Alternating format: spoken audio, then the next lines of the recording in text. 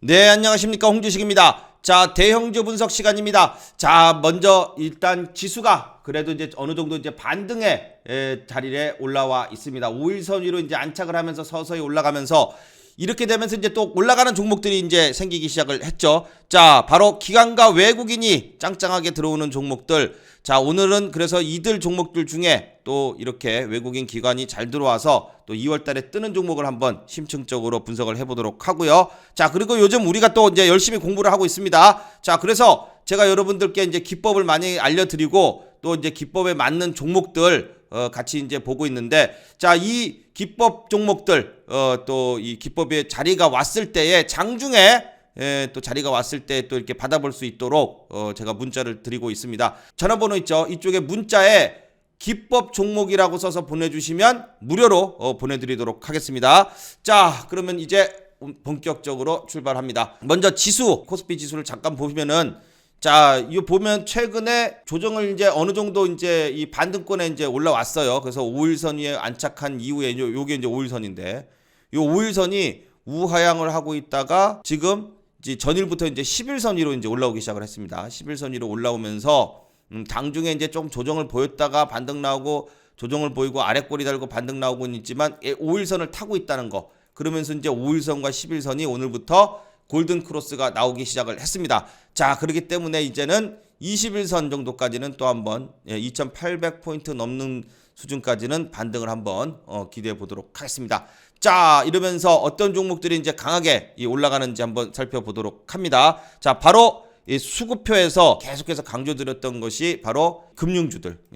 금융주를 탑픽으로 꼽고 그 다음에 카카오 빼고 카카오의 이 아이들, 카카오페이, 카카오뱅크, 그 중에서도 탑픽을 카카오 게임즈로 벌써 그 이 설 연휴 전에 설 연휴 때 이제 찍었어요. 설 연휴 끝나고 되면은 카카오 게임즈가 가게 되면은 카카오 게임즈의 상승률이 다른 애들보다 페이나 뱅크보다는 카카오 게임즈가 날 것이다, 이렇게 설명을 드렸어요. 그랬더니 역시 이 기관에서 또 짱짱하게 이렇게 수급이 들어와 주면서 보면은 이제 제일 많이 들어와요. 거의 이제 한 330억 정도의 순 매수 금액이 들어와 주면서 주가가 요즘 잘 나가고 있습니다. 자, 한번 이제 금융주들부터 살펴보도록 하겠습니다. 자, 제가 이제 계속해서 이제 여러분들과 함께 이 종목을 많이 설명했던 종목이 이제 KB금융이에요. 그죠? 이 KB금융이 오늘 또 한 번 신고가를 갱신을 했습니다. KB금융을 강조를 했던 게 이때요, 이때. 한 8월 달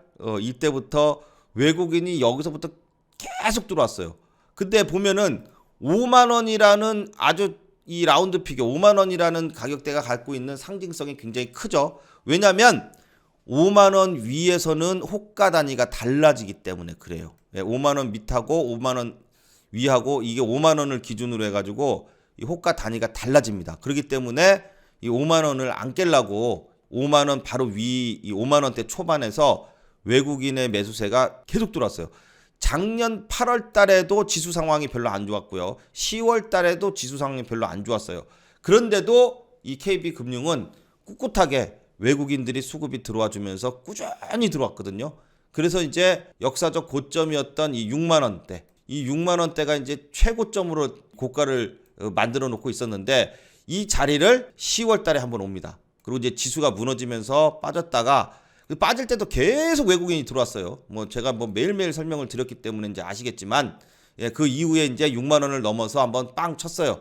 자, 그리고 나서 이제 이 신고가를 달성을 했으니까 끝 이러고 이제 안 봤단 말이에요. 그래서 이제 한번 뚝 떨어졌죠. 근데 어디까지 떨어진다 그래서 만약에 떨어지면은 중심선, 여기 중심선 이제 여러분들도 다 설정할 줄 아시잖아요. 제가 이제 영상에서 중심선 설정하는 법에 대해서 자세히 설명을 드렸어요. 그래서 아직도 중심선을 모르시는 분은 영상을 보시면 요 수식까지 다 공개를 했습니다. 수식까지 만드는 법 다 공개를 해가지고 만들어 여러분들도 보실 수 있으니까 중심선에서 어때요?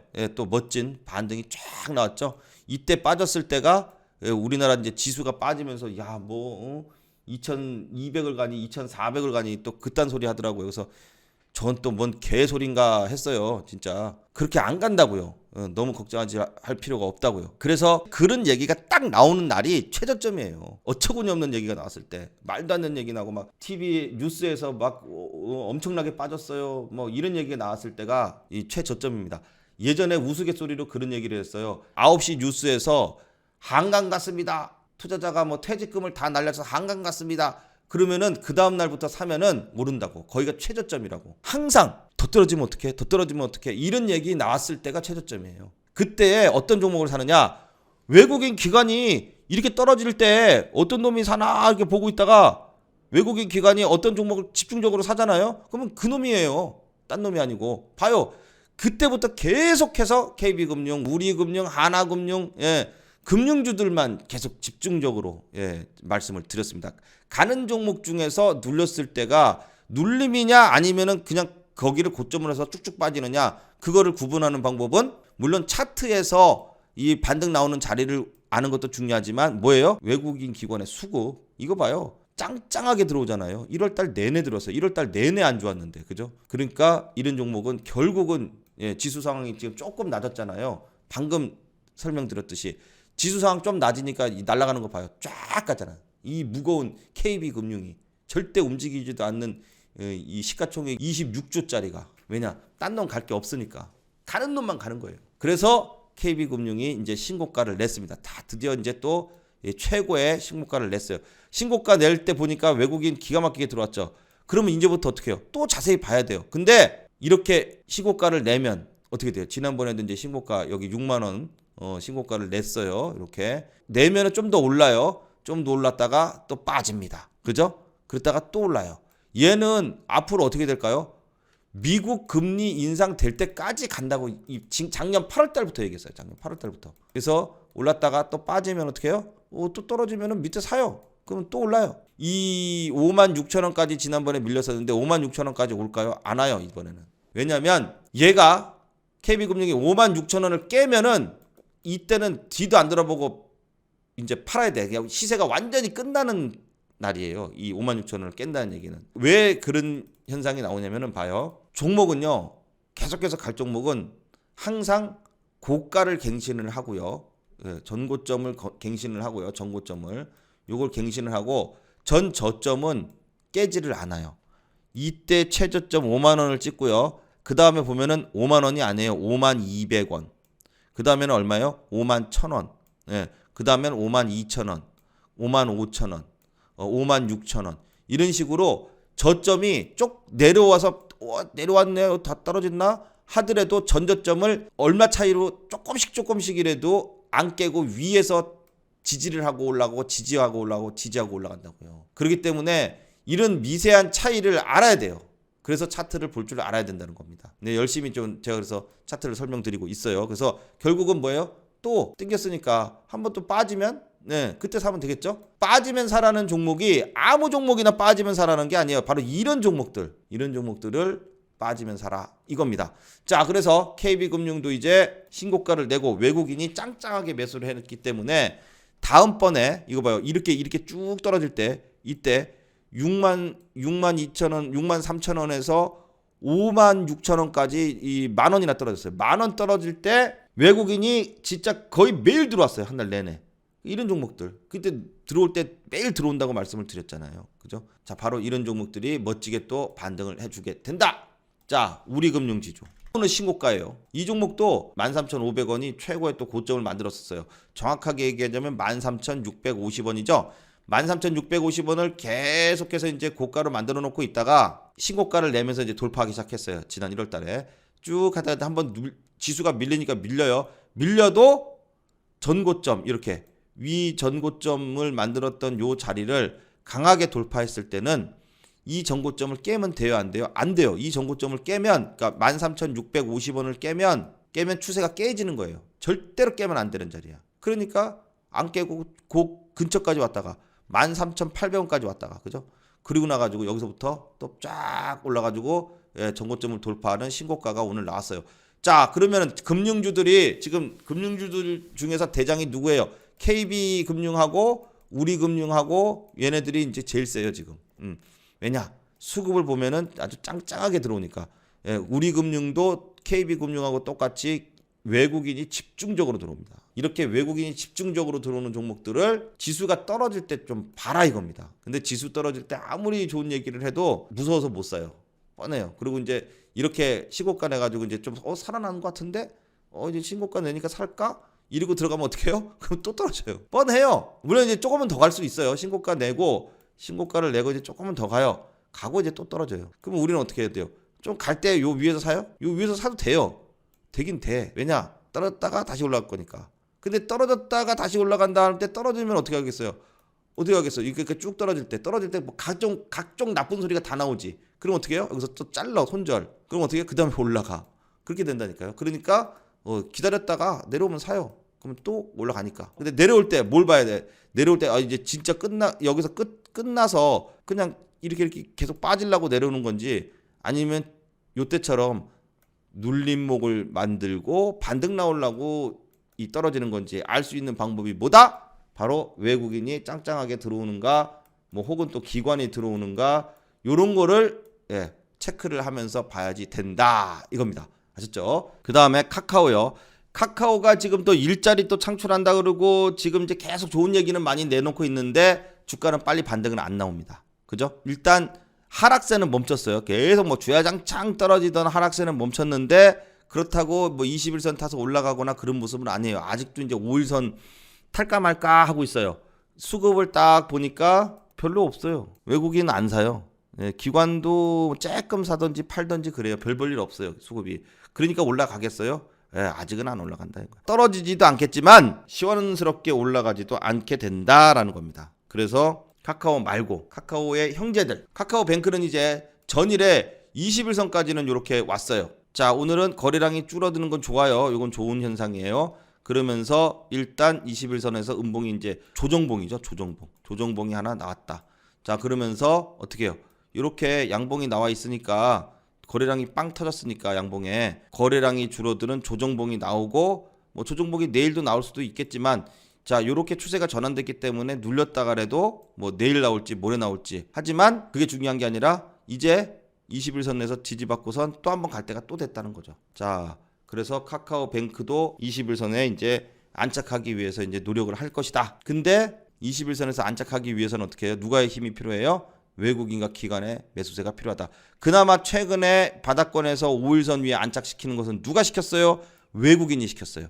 그래서 외국인이 5일선 위에 안착할 때, 즉 2월달 들어서 외국인이 매수세가 시작이 됐고요. 자, 오늘은 이제 좀 올랐으니까 약간 이제 조정봉이 나왔지만 조정봉 이후에는 또 5일선 지지하면서 또 한번 반등을 줄 수 있을 것이다. 계속해서 수급이 들어오게 되면은 더 올라간다. 그래서 이제 카카오뱅크는 일단 하방 추세는 끝나고 어느 정도 이제 반등을 준비를 하면서 외국인의 수급이 들어오는지를 체크를 하면은 된다 이겁니다. 자, 그 다음에 카카오페이는 21선 못 넘었죠. 얘는 상대적으로 약해요. 아무것도 아니에요. 지금 보면 카카오페이는 그저 그래요. 올랐지만 그러니까 이 떨어졌을 때 잘 잡아야 돼. 저점에서 잡아야 올랐을 때 수익을 내지. 이런 자리에서 잡았다가 이제 물론 올라가면 다행인데 또 내려왔다가 올라가게 되면은 수익이 별로다. 작을 수 있다. 21선을 얘도 이제 이 카카오페이도 안착을 해야 되는데 아직 그럴 만한 거는 없습니다. 그 대신 이제 수급적인 현황을 보면은 연기금에서 집중적으로 하루도 안 빼놓고 매수를 하고 있다는 것이 좀 특징적이다. 그러면서 이제 외국인이 같이 들어와 주면은 21선을 넘을 수 있을 것이다 라고 보내고 있습니다. 근데 일단은 카카오페이보다는 카카오뱅크 쪽이 좀 더 낫고요. 카카오뱅크보다는 카카오게임즈가 바로 이렇게 보면은 21선 이게 기준봉이죠. 21선 다 돌파하는 기준봉이 생기고 21선이 위에서 주가가 추세 전환을 하고 있는 모습이다 이거예요. 자, 오늘은 음봉이 이제 하나 좀 조정봉이 나왔어요. 왜 그렇게 조정봉이 나왔냐? 외국인이 팔았어요. 이 종목은 지금 카카오게임즈는 바닥권에서 지금 올랐을 때 누가 끌어올렸습니까? 바로 기관이 끌어올렸어요. 기관이 연기금 등을 통해 가지고선 집중적으로 다 들어왔어요. 투신, 금융투자. 그러면서 이제 21선 위로 올려놨는데 요 위에서는 이제 좀 일부 차익 실현 물량도 나올 것이고 또 이제 21선 지지하는 캔들의 모습이 나와줘야 됩니다. 그러면서 요렇게 양봉이 하나 나올 때 요때 누가 나와야 돼요? 외국인. 어차피 기관은 여기서 계속 샀어요. 주가가 더 끌어올리기 위해서는 외국인의 수급이 필요하다. 그래서 카카오 게임즈도 외국인이 이제 들어오게 되면은 오히려 더 큰 상승, 더 빠른 상승이 나올 수 있다. 자, 그래서 보면은 카카오 쪽으로는 그렇게 욕을 하면서도 연기금에서 사요. 카카오 게임즈도 사고 카카오페이도 사고, 예, 연기금이 집중적으로 바닥권에서 들어오고 있는 모습이다. 자, 그래서 이제 카카오 게임즈는 일단 이 7만 원, 7만 원 부근을 지지선으로 삼고요. 예, 여기 이제 노란색 21선하고 여기 이제 15일선하고 5일선 골든크로스를 했기 때문에 21선이 이제 7만 원입니다. 7만 원을 저점으로 삼고 반등을 한번 기대해 보도록 하겠습니다. 자, 다음은 이제 삼성전자입니다. 자, 삼성전자 오랜만에 양봉 나왔습니다. 네, 계속 그래서 이제 갭을 뜨면서도 음봉으로 이제 매일매일 움직였어요. 왜냐면 갭을 잘 떠요. 아침에 시가에 플러스로 여기서 출발했다가 쭉 내리고 또 다음도 위에서 출발해서 내리고 그러다 또 뚝 떨어지니까 또 반등 나오고. 그래서 오늘은 올라서 시작을 했지만 양봉을 만들면서 이제 121선을 돌파해주는 모습이 나왔다. 요게 이제 의의가 있는 겁니다. 그러면서 수급을 딱 보니까 5일선 위에 안착한 이후에는 외국인이 집중적으로 계속 들어오고 작은 물량이지만 기관에서도 이제 들어오기 시작을 했습니다. 자, 그래서 오늘은 또 외국인 기관이 쌍끌이 매수가 들어와 주면서 이 5일선 위에서 계속해서 반등을 시도하고 있는 모습입니다. 자, 이렇게 되면 이제 중요한 지점이 어디예요? 75,000원. 이 전고점이었던 얘 있죠? 얘의 고점을 75,000원대를 이제 넘어가게 되면은 다시 한번 중심선 넘어가게 되면서 추가적인 상승을 한번 기대해 볼 수 있겠다. 이렇게 보고 있습니다. 자, 다음은 이제 SK 하이닉스입니다. 자, SK 하이닉스도 역시 자, 전일 캔들이 굉장히 중요하다고 말씀을 드렸어요. 그죠? 아래 꼬리를 달면서 요 갭을 채웠다 그랬죠? 갭 뜬 것을 자, 채우고 올라와서 딱 마감하길래 다음번에는 21선 위로 점프를 하게 되면서 좀 큰 상승이 나올 수 있을 것이다 라고 봤는데 21선 위에 안착하는 모습이 나왔고요. 자, 그리고 나서 오늘은 계속해서 상승 음봉을 그려주고 있다. 이렇게 봅니다. 수급을 보시면은 역시 SK 하이닉스 뭐 거의 매일 외국인이 집중적으로 들어오고 있습니다. 오늘도 외국인이 들어왔고요. 자, 그리고 또 이제 떨어질 줄 알았더니 오늘 5일선 지지하면서 올라가니까 금융투자 쪽에서도 기관 쪽에서도 한 19만 주 정도 쭉 뭐 거의 빼놓지 않고 연기금, 사모펀드, 금융투자, 보험, 투신, 은행 등등 다 골고루 하이닉스에 참여를 했기 때문에 그렇게 쉽게 죽지는 않을 것이다. 자, 그래서 이제 일단은 또 한번 5일선 위에 안착을 했습니다. 자, 그래서 이번에 이 13만 원대, 지난번에 이제 13만 3천 원까지 갔었잖아요. 자, 이 부분까지 다시 한번 또 열심히 반등 나와주기를 한번 기대해 보도록 하겠습니다. 자, 다음은 LG 에너지 솔루션입니다. 자, LG 에너지 솔루션은 어제 말씀드린 대로 그대로 가요. 자, 그렇죠? 양봉 3개가 나오기 전에 요 캔들이 나왔어요. 여기 이제 기준봉이다. 기준봉이 섰으니까 다음날 기준봉보다 올라가게 되면은 추가적인 상승이 나오고 이제 매수의 자리가 된다. 그러니까 이날이 이제 이 매수 찬스고 그리고 나가지고 이제 쭉 올랐죠. 양봉이 하나, 둘, 셋 나왔기 때문에 다음날은 음봉이 나오게 된다라고 말씀을 드렸어요. 그죠?